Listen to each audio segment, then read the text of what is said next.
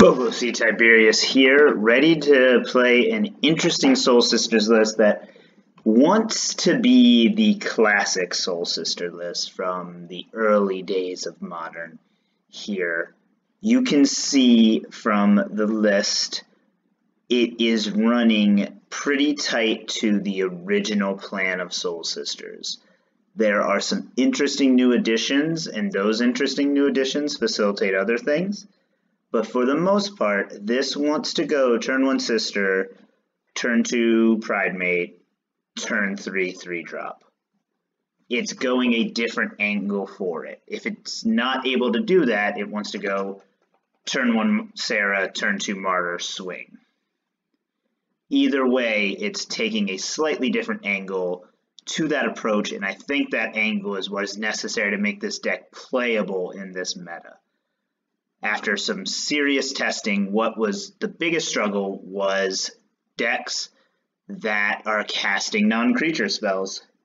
Really good hoser for that is Thalia, Guardian of Thraben. So she shows up as a 3-of in the deck at the 2-drop slot.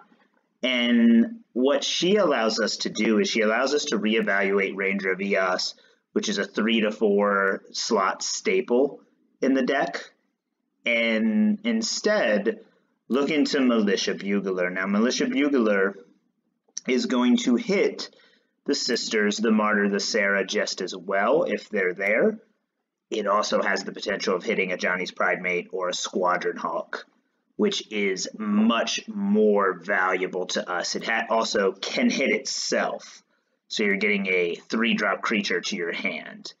When we add in the Thalias, that's another creature it will hit. So it hits every creature in the deck other than Archangel of Thune, which is our curve topper. Most of the time we don't want to cast her. We run 22 lands so that we can cast her. However, the goal isn't to cast her in most circumstances. So that's the main deck. We're running 34 creatures. The only non-creature spells we're running are the standard 4 of Path to Exile. So that's going to allow us to be very tight with our mana. Sideboard, this is pretty standard to what I've been running in the sideboard.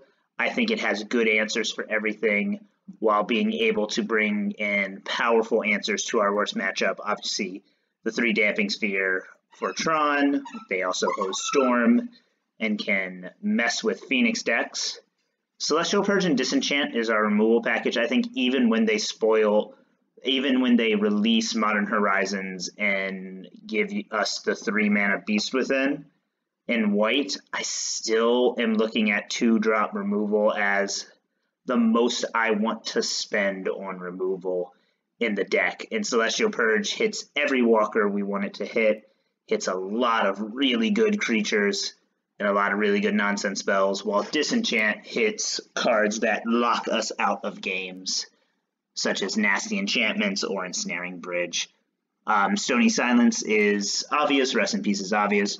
Rune Halo and Worship are for very unfair decks. They also just come in a lot.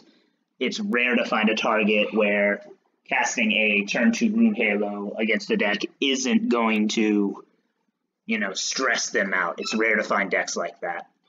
So we're going to run this through a Modern League and see how we do. We're really excited. We think this is the version of Soul Sisters we're going to be most happy with, and it's a good way to kind of start wrapping up this league, these May leagues, and moving into June with a new deck.